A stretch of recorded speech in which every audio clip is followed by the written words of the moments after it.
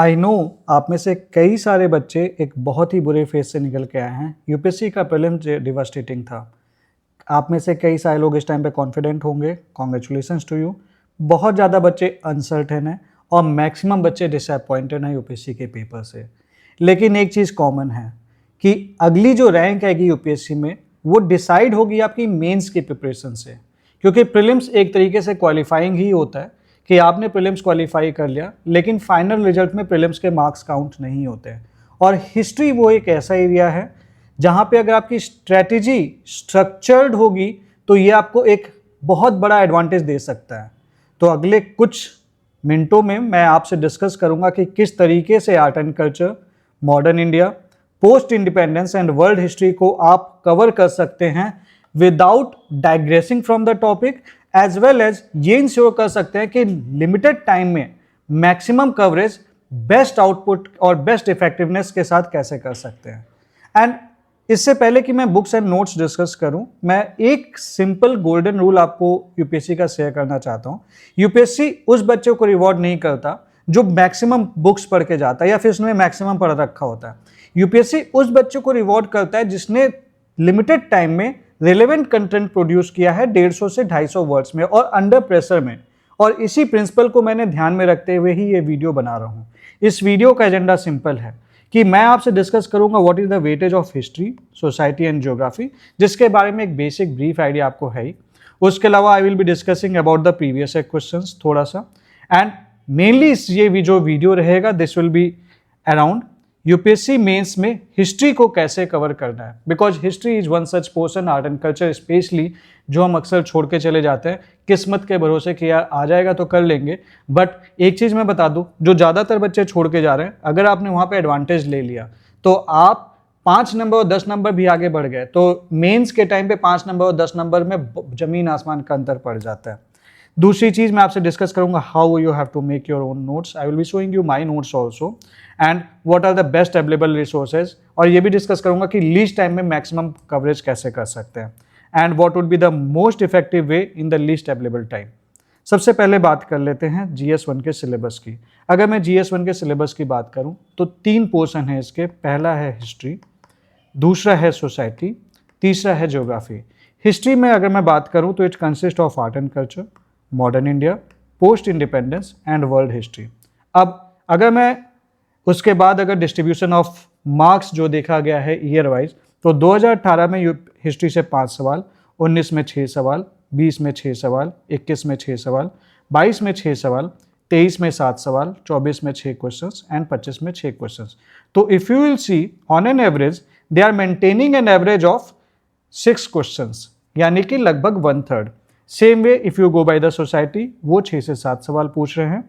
Geography में भी दे are asking 6, 7 और 8 क्वेश्चंस। तो अगर आप पेपर का डिस्ट्रीब्यूशन देखेंगे तो हिस्ट्री में they are giving nearly 1/3 weightage, society में 1/3 वेटेज एंड ज्योग्राफी में 1/3 वेटेज। अब हमने ये डिस्ट्रीब्यूशन देख लिया। इस डिस्ट्रीब्यूशन से हमें क्या समझ में आया? हमें ये समझ में आया कि हमें जो सब्जेक्ट्स हैं इसे डिसप्रपोर्शनेट वे में नहीं स्टडी करना है। इट मीन्स जो हमारा टाइम है वो हमें टाइम प्रॉपरली जुडिशियली डिवाइड करना है इस तरीके से कि हम सोसाइटी को भी अच्छा खासा टाइम दे सकें, ज्योग्राफी को भी अच्छा खासा टाइम दे सकें एंड हिस्ट्री को भी उसके रिक्वायरमेंट के अकॉर्डिंग टाइम दे सकें।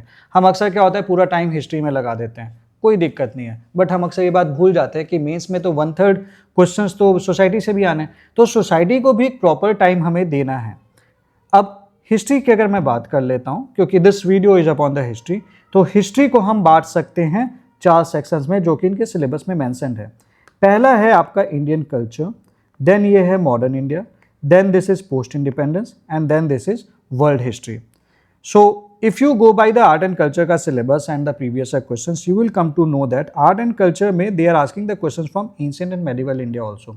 सो पूरी तरीके से एंशिएंट एंड मेडिवल इंडिया नहीं छोड़ सकते आप in the name of art and culture, but यहाँ पे कितना पढ़ना है ये आपको प्रीवियस क्वेश्चंस बताएंगे, वो भी मैं आपसे डिस्कस करूंगा। सेकंड थिंग, हमें मॉडर्न इंडिया के बारे में पढ़ना है, सिलेबस के अकॉर्डिंग पढ़ना है, पोस्ट इंडिपेंडेंस भी सिलेबस के अकॉर्डिंग देखना है एंड वर्ल्ड हिस्ट्री भी सिलेबस के अकॉर्डिंग देखना है। लेकिन अभी इसे देख लेते हैं। अब मैं आता हूँ इंडियन कल्चर के बारे में। तो इंडियन कल्चर के बारे में बात करूँ तो if you go by the syllabus, they are asking about the art forms, they are asking about the literature, they are asking about the architecture. कहाँ से कहाँ तक, ancient to the medieval times.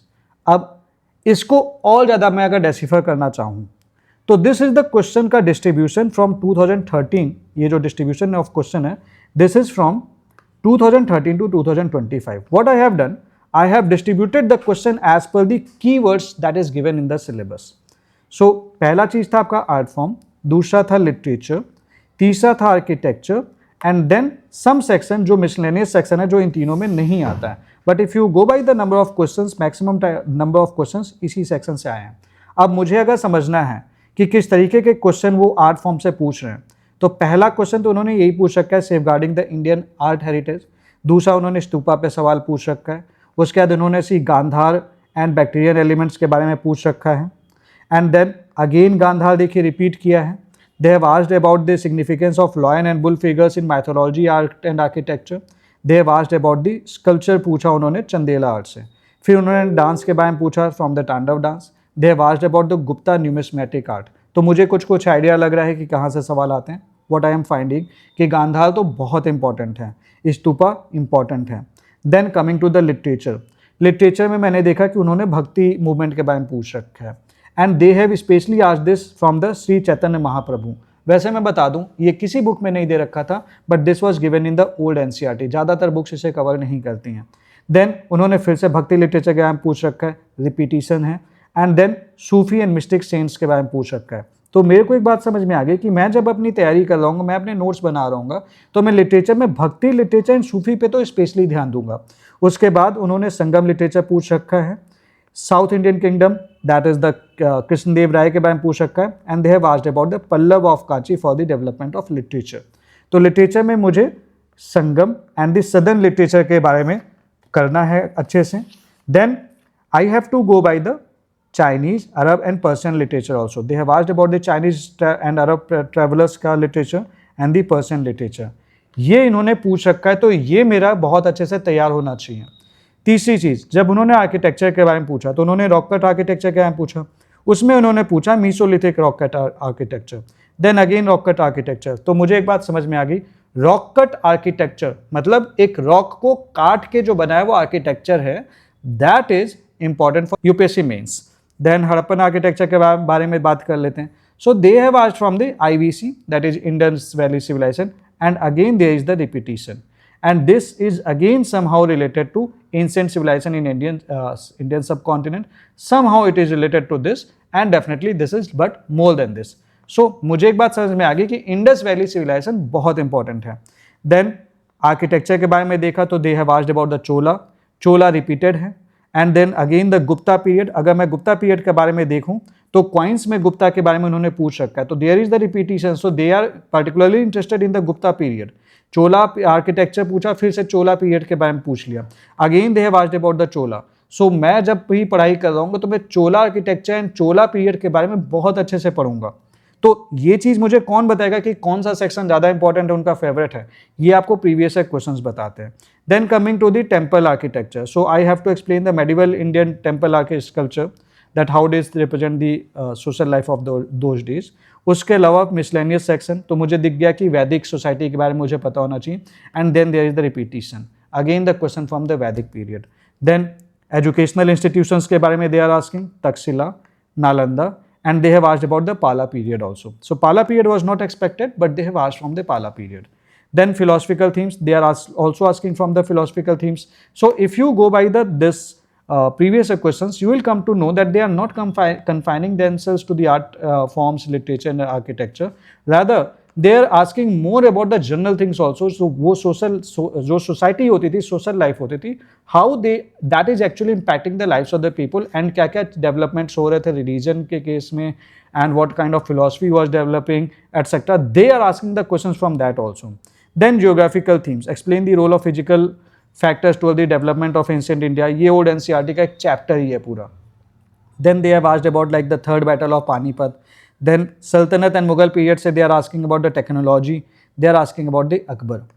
So अब एक चीज़ देखना कि अगर उन्होंने एक बार सल्तनत पूछा तो अगली बार they have asked about the Mughals. तो दो ही मेन है जो क्या कहते हैं मेडिवल इंडिया में, that is the Sultanate and then the Mughals. What I intend to say, जब मैं पढ़ रहा हूँगा तो मैं इन पर्टिकुलर टॉपिक्स पे मैं बहुत अच्छे से ध्यान रखूँगा। तो मुझे एक चीज़ तो दिखी क्वेश्चन से कि they are much confined to the syllabus, syllabus से ठीक ठाक कन्फाइंड तो हैं, बट उन्होंने अपने आप को रिस्ट्रिक्ट नहीं किया है art from literature and architecture तक, वो उसके बियॉन्ड गए हैं। And they have been asking the miscellaneous question from ancient and medieval India also. So if you are preparing your notes from the art and culture, तो पहली चीज़ तो आपको core syllabus पढ़ना ही पढ़ना है, लेकिन PYQ से लर्न करते हुए आपको एंशिएंट एंड मेडिवल भी पढ़ना है। तो when I will be reading the art, तो मैं आर्ट फॉर्म में जनरल चीज़ें पढ़ लूँगा, sculpture I will be reading because this was mention in the previous question.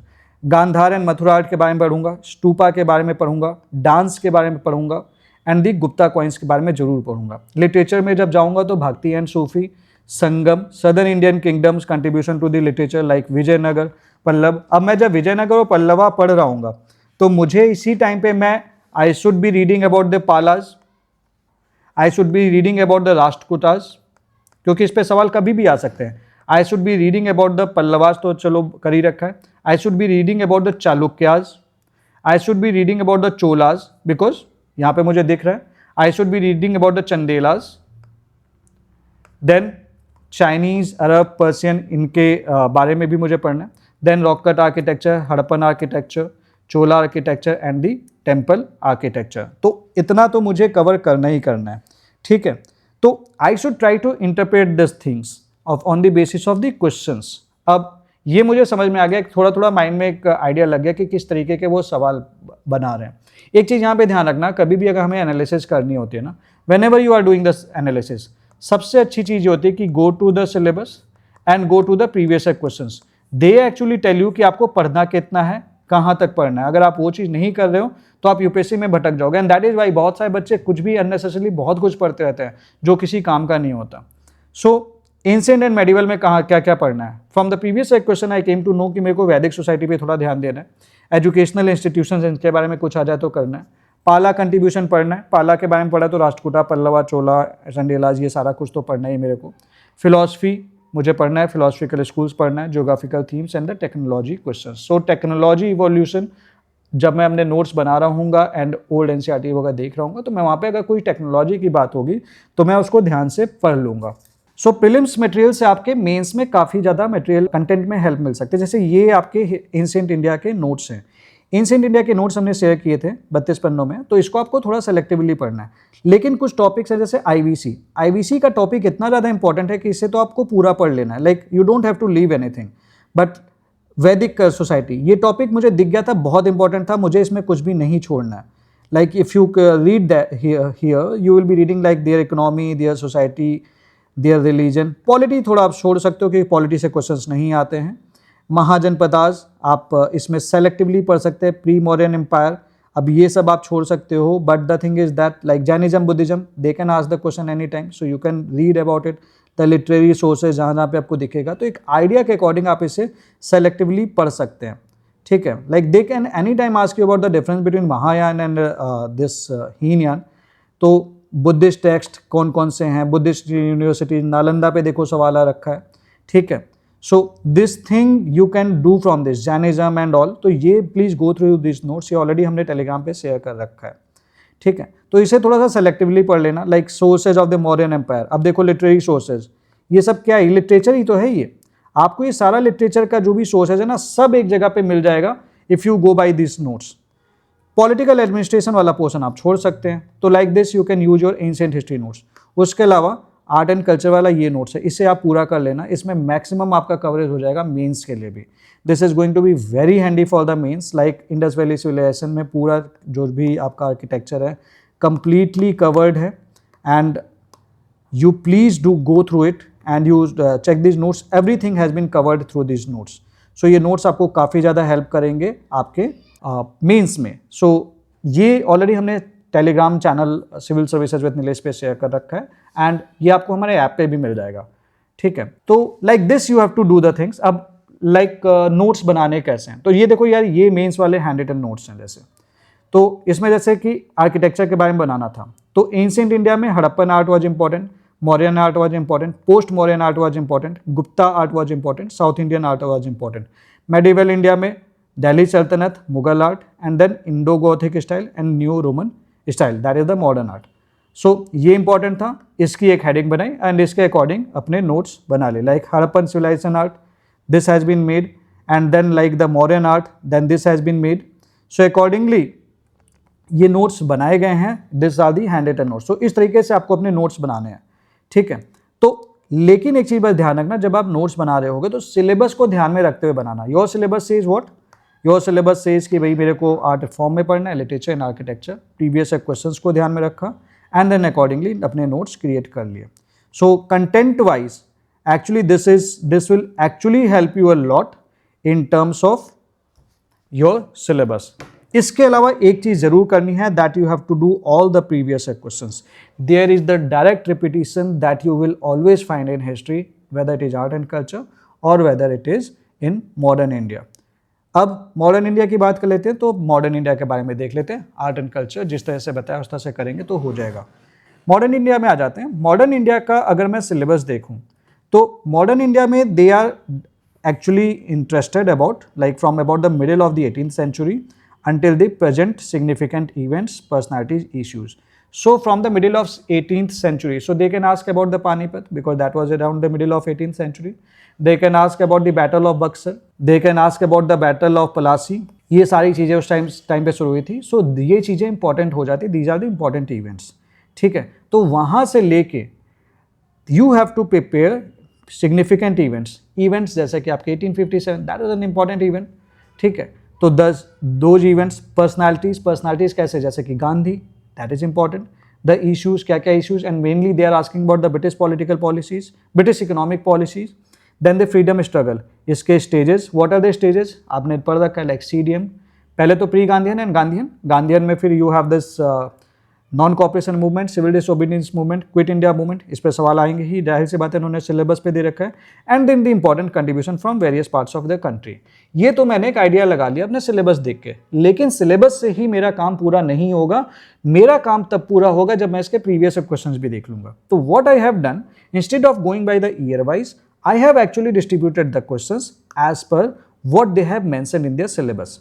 सो ये 5 सेक्शंस बनेंगे, event, personalities, issues, stages and contributions. So what questions they have asked about the events. अगर आप events में देखोगे तो they have asked about the question about 1857. 2016 में पूछा, 2019 में रिपीट किया 1857 पे क्वेश्चन. देन नेवल म्यूटिनी के बारे में उन्होंने पूछ रखा, this is an also an important event. Then personalities के बारे में बात कर लेते हैं. अब देखो, मेरे को एक बात समझ में आ गई, they are asking something about this, so I should be well prepared about the battle of Buxar and the battle of Plassey. क्या इसका सिग्निफिकेंस है, how did after battle of Plassey, how did India transit from the medieval to the modern age, ये सारी चीज़ें मुझे करनी है. Then the personalities में इफ यू गो बाय, तो British personalities they are asking and Indian personalities they are asking. So they have asked about the question about the Lord Dalhousie, they have asked the questions about the Lord Curzon. So मुझे एक चीज़ समझ में आ गई, they are actually asking the questions from what? They are asking questions about the important British personality जो आपके viceroy या governor general थे. उसके बाद आते हैं इंडियन पर्सनैलिटीज पे. they have asked the question about the Gandhi, then there is the repetition, Gandhi and B.R. Ambedkar का बीच का डिफरेंस. फिर मैंने देखा उन्होंने B.R. अम्बेडकर के साथ के अलावा फिर उसके बाद सुभाष चंद्र बोस जी के साथ कंपैरिजन कर दिया, बट गांधी रिमेन्स कॉमन. फिर मैंने फिर गांधी जी को देखा, फिर मैंने फिर गांधी जी को देखा. तो गांधी जी का कंपैरिजन मुझे पता होना चाहिए. I should be well prepared about this. Then policies and issues के बारे में बात कर लेते हैं. इश्यूज में mainly they are concern about the politico economic policies about the British. Here they are primarily concern about the economic policies, like what are the various facets of economic policies of British in India from middle 18th century till independence. How did the decline of traditional artisan industry, तो decline क्यों हुआ, economic policy. famines क्यों आ रहे थे, economic policy. tribals के बारे में, British के जो फॉरेस्ट वाली जो पॉलिसीज थी. देन द आर्मी, तो मिलिट्री के साथ जो उनकी पॉलिसीज थी.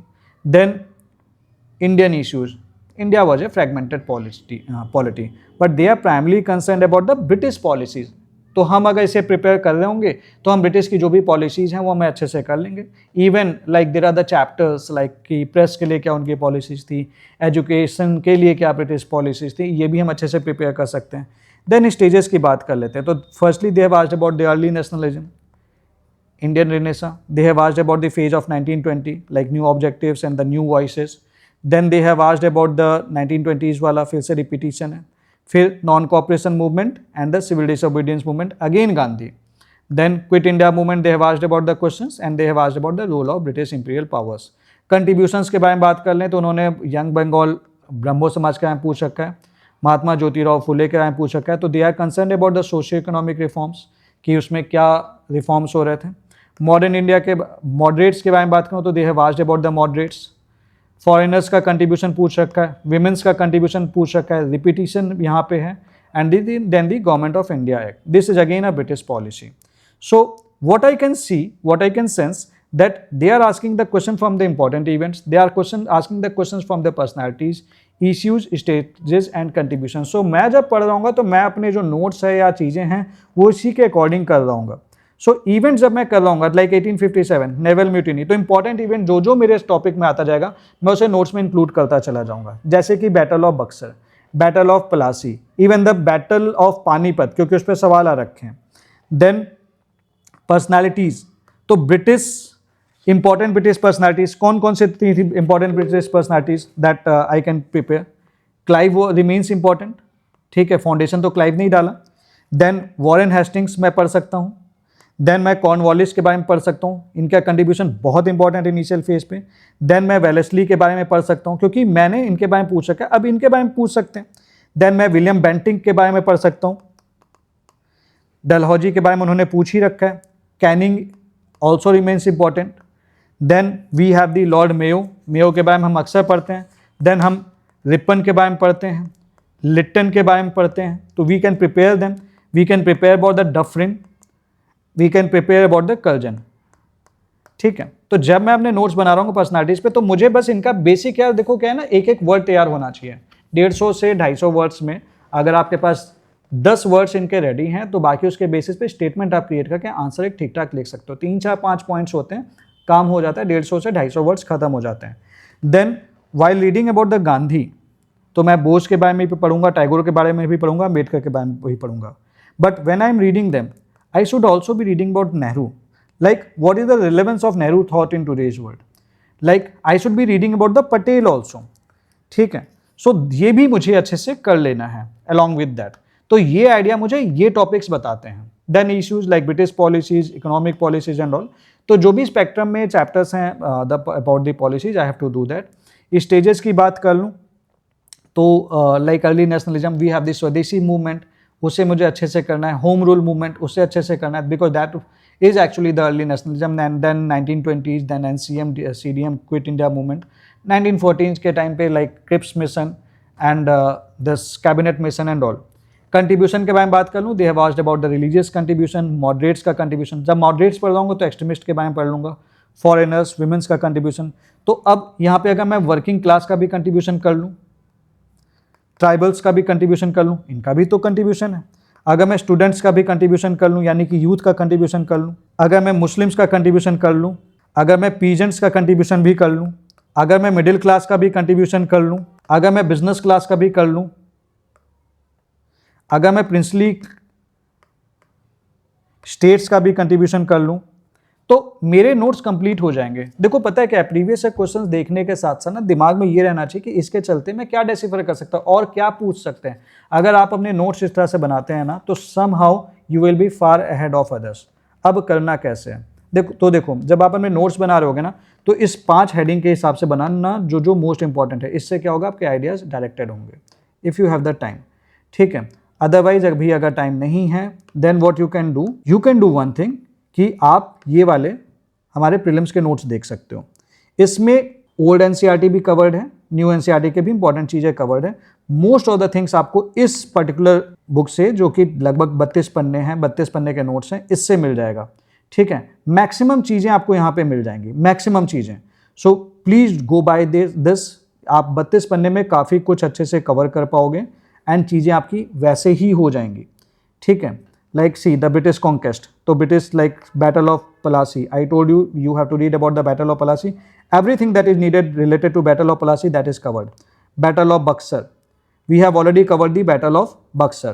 TT of Allahabad, कभी भी वो पूछ सकते हैं, TT of Allahabad is covered. So everything that is related. Then first Carnatic War, second Carnatic War, Battle of Humber, Battle of Wandy was सारा कुछ इसमें कवर्ड है एंड बहुत कम पेजेस में ये पूरा कुछ कवर्ड है। ठीक है, पॉलिसीज़ की बात कर लेते हैं। Like I was talking about the policy, like policy of ring fence पूछ सकते हैं। अब इतना भी अगर आपका स्टेटमेंट तैयार है ना तो आप कुछ ना कुछ लिख लेंगे। सब्सिडरी अलायंस, ठीक है, doctrine of lapse, they can ask you any time. Policy of masterly in activity, policy of proud reserve, then early peasant movement, जो भी सवाल इस पे बन सकते हैं। लाइक पीजेंट्स का कंट्रीब्यूशन अर्ली पीजेंट मूवमेंट के बेसिस पे आप इसमें कर सकते हैं। लाइक ट्राइबल मूवमेंट, ट्राइबल का कंट्रीब्यूशन यहाँ से आप कर सकते हैं। सिविल अपराइजिंग, तो इसके थ्रू आप इससे रिलेटेड जो भी क्वेश्चंस बनेंगे आप कर सकते हैं। Like contribution, like they have asked about the Brahmo Samaj, you can actually write something if you go by this, ठीक है। देन मुस्लिम रिफॉर्म मूवमेंट्स होगा, फैराजी मूवमेंट होगा, ये आप वहाँ पे आंसर कर सकते हैं। आर्य समाज का contribution they can ask any time, प्रार्थना समाज का contribution they can ask any time if you go by the facts, ठीक है। तो जितनी भी चीज़ें मैंने आपको बताई हैं वो लगभग इसमें ऑलरेडी कवर्ड हैं। So please go by this, this will actually help you extremely. 1935 पूछ रखा है, ये देखो थोड़े से में पूरा जितना मोस्टली रिक्वायर्ड है वो कवर्ड है। चंपारण, दे can ask any time. Ahmedabad mill strike, इतने में पूरा कवर्ड है लास्ट टाइम पे। खेड़ा, तो कम टाइम पे अगर आपको कवर करना है तो आप यहाँ से कवर कर सकते हैं। What are the causes of failures, what are the impact of revolt, and then like governor generals, Warren Hastings, Cornwallis, यही तो चाहिए मुझे। वेलेस्ली, जॉन सोल नहीं पूछेगा, बहुत कोई इंपॉर्टेंट इनका नाम नहीं आता, लेकिन जो जो इंपॉर्टेंट है, हेस्टिंग्स, जो जो उनके कंट्रीब्यूशंस हैं वो सारे आपको यहाँ पे मिल जाएंगे। विलियम बेंटिक, ठीक है, जो मेजर हैं आपके। डलहौजी, ठीक है, and then this viceroy, this Canning, this Mayo, Lytton, Ripon, Dufferin. So everything is actually nearly covered in this notes. तो ये नोट्स आपको बहुत ज़्यादा हेल्प कर देंगे in the development of Indian press. So they will actually help you a lot in the last time, अगर आपके पास कुछ और नहीं है तो। Educational reforms under the company rule, तो ये शॉर्ट नोट सारा कुछ ही आपका लगभग कवर करा देता है। Factory act etcetera. So what I intend to say, you must refer to this prelims notes while making your notes, ये पूरा कवर कर देता है। एंड स्पेक्ट्रम जरूर करिए, स्पेशली अगर पूरा करने का टाइम नहीं तो स्पेक्ट्रम का जो अपेंडिक्स वाला पोर्शन है, हर चैप्टर के बाद उन्होंने क्या किया है उसका एक समरी दिया है, तो उस समरी को बहुत अच्छे से कर लीजिए और वहीं पे अपने नोट्स बना लीजिए। Don't make separate notes if you don't want to make the notes, अगर आपके पास टाइम कम है।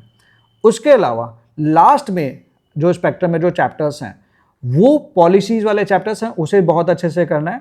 एंड इन द एंड जो उन्होंने अपेंडिक्स दे रखा है उसे कर लेंगे तो आपका काम हो जाएगा मॉडर्न इंडिया के। इसके अलावा all you have to do is the previous year question solution theme wise. ये जो आप देख रहे हैं ये थीम वाइज जिस तरह से अरेंज कर रखा है। देखो नोट्स बनाते समय ना जब आप इसके सॉल्यूशंस पढ़ते हो, अगर आप ईयर वाइज पढ़ते हो तो प्रॉब्लम क्या है कि बहुत ही स्कैटर्ड वे में पढ़ते हो। अब ऐसा पहले यहाँ से पढ़ोगे फिर वहाँ से पढ़ोगे, लेकिन इसको अगर थीम वाइज आपने अपने क्वेश्चन अरेंज कर रखे दैट हेल्प यू ट्रेमेंडसली। सो इस तरीके से पढ़ोगे आप तो मॉडर्न इंडिया कवर हो जाएगा। Then coming to the post independence. Post independence में they are asking more interested about the consolidation and then the reorganization within the country. Now this is an ongoing process. ये चलता ही रहता है, ठीक है। No doubt just after independence वाला जो था that is more important, but we keep on reorganizing. Let's say the division of Uttar Pradesh into Uttarakhand and Uttar Pradesh. That is again a reorganization, ठीक है। But they are primarily not interested in that. So post independence consolidation में क्या क्या सवाल उन्होंने पूछ रखे हैं पहले तो ये देख लेते हैं। So they have asked about the administrative issues and socio cultural problems in the integration process of Indian princely states. Again the question on consolidation. Then the linguistic state वाले पे सवाल पूछ रखा है। देन पोस्ट इंडिपेंडेंस रिऑर्गेनाइजेशन पे इन्होंने they have asked about the formation of new states and then they have asked about the political and administrative reorganization. Then उसके बाद लेकिन मोस्टली जो क्वेश्चंस उन्होंने पूछ रखा है वो मिसलेनियस इन जनरल वाले पूछ रखे हैं, like Bhoodan and Gramdan movement, जय जवान जय किसान, Tashkent agreement, emergence of Bangladesh, the ethos of civil services. एक और बात मैं यहाँ पे एक चीज़ देख रहा हूँ कि 2013 में उन्होंने 4 सवाल पूछे थे। No this was the year जब आपका नया सिलेबस आया, तो उससे पहले 2 ऑप्शनल होते थे। ये जो आप सिलेबस इस टाइम पे देते हैं 2013 में ही आया था। Post independence was introduced as all together new subject and this is one of the reason they are asking the questions time, मतलब उस टाइम पे उन्होंने क्वेश्चंस पूछे 4, लेकिन उसके बाद उनको इसकी यूटिलिटी उतनी लगी नहीं, तो 2016 में उन्होंने 1 सवाल पूछा, 18 में 1 सवाल पूछा, 21 में 1 सवाल पूछा, 22 में 1 सवाल पूछा, 25 में 2 सवाल पूछा। इससे मुझे एक बात और समझ में आई कि मुझे इस पर डिसप्रपोर्शनेटली बहुत ज़्यादा टाइम नहीं देना है, टाइम देना है लेकिन बहुत ज़्यादा एक्सेस टाइम नहीं देना है। देन तो मुझे ध्यान रखना है कि ये मुझे लास्ट में करना है, मैंने बाकी सब कर लूंगा, उसके लास्ट में पोस्ट इंडिपेंडेंस करूंगा। अब करना कहाँ से, व्हाट आर द सोर्सेज? देखो पहला सबसे अच्छा सोर्स तो politics in India since independence है, दिस इज द बुक। अब जो अभी रिसेंटली वो न्यू एनसीईआरटी है उसमें तो उन्होंने चैप्टर्स वगैरह भी पूरे हटा दिए, लेकिन this was the book actually, ये like this came around 2000, this was 2006 के आसपास एंड 2006-7 के आसपास जब ओल्ड एनसीईआरटी हटी थी। This is a very good book. आप या तो ये यहाँ से कर सकते हैं एंड इसकी पीडीएफ एक्चुअली कई जगह पर अवेलेबल नहीं होती, आपको ये हमारे टेलीग्राम चैनल पे मैं डाल दूंगा, civil services with Nilesh, and app पे भी डाल दूंगा सिविल सर्विसेज विद नीलेश पे, जहाँ से भी आपको कंफर्टेबल लगे आप इसे डाउनलोड कर सकते हो। अगर ये बुक आप नहीं करना चाहते या फिर एक्सेस नहीं कर पा रहे हैं तो नितिन सांगवान सर ने अपने नोट्स बनाए थे। Nitin Sangwan sir, he had made it's notes and he is all India rank 28 2016, उससे पहले 2015 में 359 रैंक थी एंड 2014 में इनकी 320 रैंक थी। उन्होंने ये नोट्स बनाए हैं, that is of 56 pages, they are very good notes. ठीक है, पोस्ट इंडिपेंडेंस के ये बहुत ही अच्छे नोट्स हैं, आप इसे एक्सेस कर सकते हैं, मतलब we will be sharing up on our channel also, Telegram civil services with Nilesh, तो आपको यहाँ पे वो नोट्स मिल जाएंगे, अदरवाइज ऐप पे आप इसे डाउनलोड कर लेना। तो ये इन नोट्स से भी आप कर सकते हैं। Now just understand that post independence मेरे को जस्ट क्या करना है, मेरे को नितिन सांगवान सर के नोट्स करने हैं एंड प्रीवियस क्वेश्चंस करने हैं जिसमें 12-15 सवाल आ रखे हैं and my job is done about the previous this post independence. मुझे इससे ज़्यादा नहीं भटकना है, तो if I do this my job is done. So या तो मैंने वो बुक कर ली, या तो इंडिया आफ्टर इंडिपेंडेंस कर लिया, या फिर you can also do one thing, you can go by the hand written notes. ये हैंड रिटन नोट्स हैं, I will be sharing on the app civil services with Nilesh, ये 42 पन्ने के हैंड रिटन नोट्स हैं। तो you can see here like global situation in India colonized हो गई and after that economic impact of colonialism and all structural issues and पूरा सारा कुछ जितना required है, integration of princely states and all, ये सारा कुछ इसमें covered है, instrument of accession etc, ये सारा कुछ बहुत कम पेजेस में कवर्ड है, just 42 pages and your job will be done. So post independence आप कवर कर सकते हैं हमारे बनाए हुए हैंड रिटन नोट्स से, प्लस प्रीवियस क्वेश्चंस। अब ये तीनों नहीं करना है, कोई एक, या तो ये कर लो, या तो ये कर लो, या तो ये कर लो एंड ये कर लो, that's it, the job is done. ठीक है, कमिंग नेक्स्ट पोस्ट इंडिपेंडेंस के बाद this is the time for world history. World history का अगर मैं टॉपिक डिवाइड करता हूँ तो what I can see, we have the industrial revolution, we have the world war, we have the redrawal of national boundaries, colonisation and post decolonisation. अच्छा, ये redrawal of national boundaries, colonisation and डीकॉलोनाइजेशन ये एक ही topic है, and then communism, capitalism, socialism. So these are the political philosophy. Sociology वाले बच्चे तो इसे बहुत अच्छे से पढ़ते हैं, इवन PSIR वाले बच्चे भी पढ़ते ही हैं।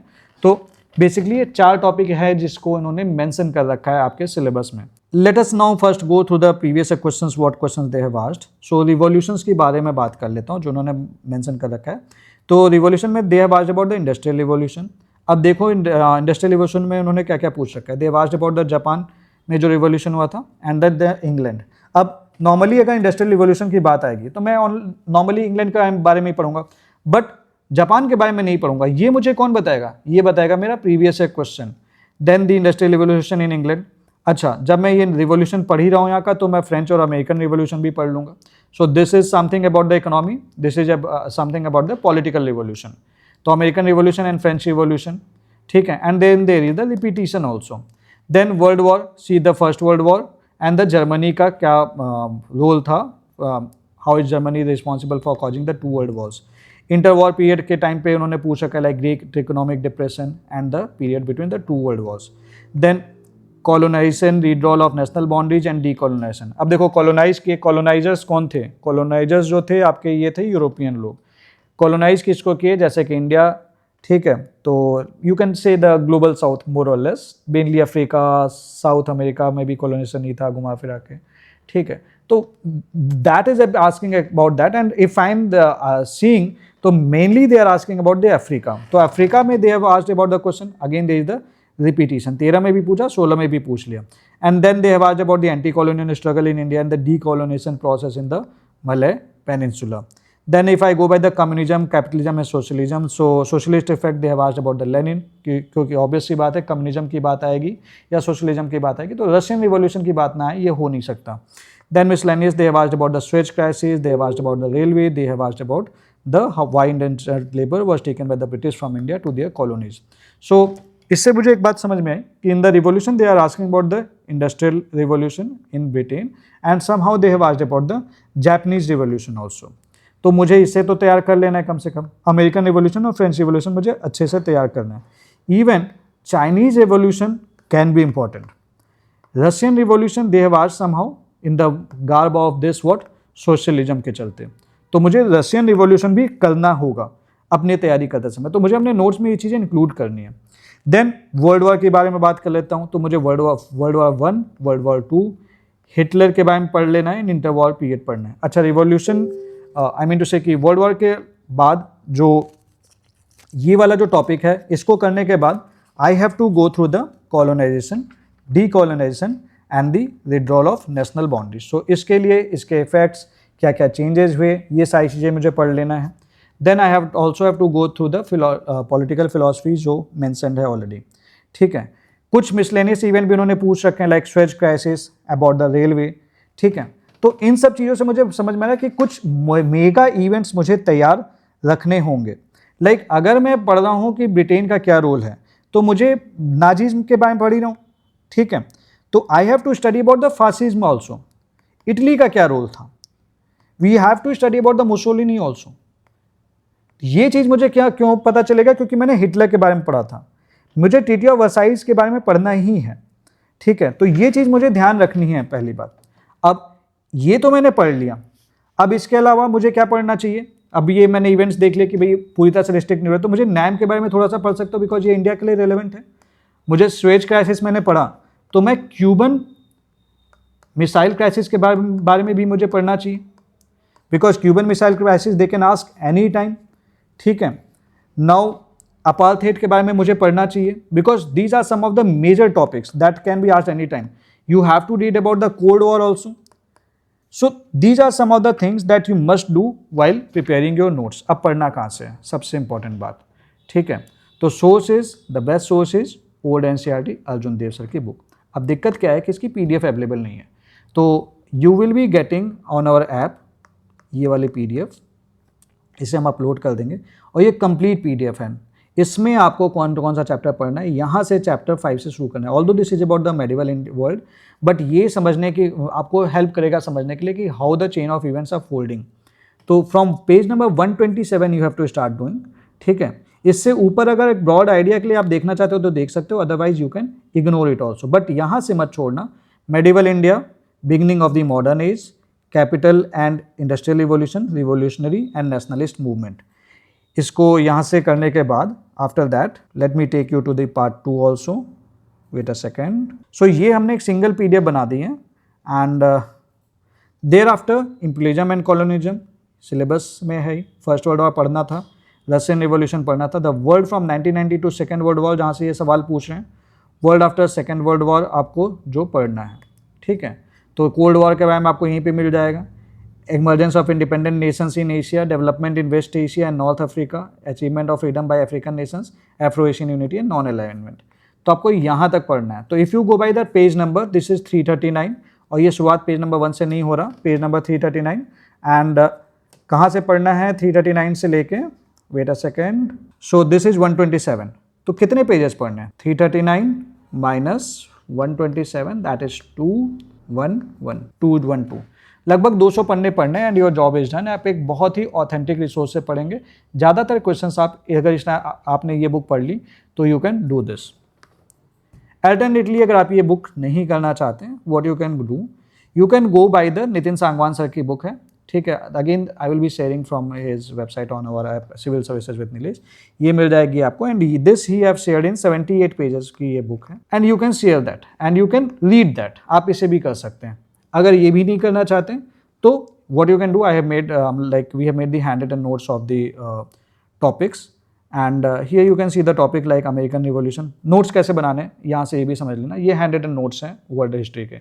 तो what about the background, what are the causes, what about the pattern of British rule in America, outcome of revolution, etc. Main outcome, French Revolution, unification of Italy, Germany, Russian Revolution and then the World War One, World War Two, imperialism, colonialism, industrial revolution, colonization in Africa, because that they have asked the questions. ठीक है, तो ये notes इस तरह से जब आप बना रहे होंगे तो बड़े ही मतलब ल्यूसिड फॉर्म में बनाया गया है ये notes. So what you can do, like you can make your own notes like this, full of events, main जो वर्ड्स है. देखो नोट्स बनाते समय ना पूरा स्टेटमेंट लिखना वैसे बहुत जरूरी नहीं है, मेजर इवेंट्स आप लिख लेंगे तो आपका काम हो जाएगा. Like this you can make your own notes also. So how you have to cover this, या तो ओल्ड एनसीईआरटी कर लिया, या तो नितिन सांगवान सर वाली बुक पढ़ लिया, ठीक है, and you have to then make your notes and then the previous question का सॉल्यूशन. अब पेपर देख लेते हैं कि how they are actually, from where they are asking the questions.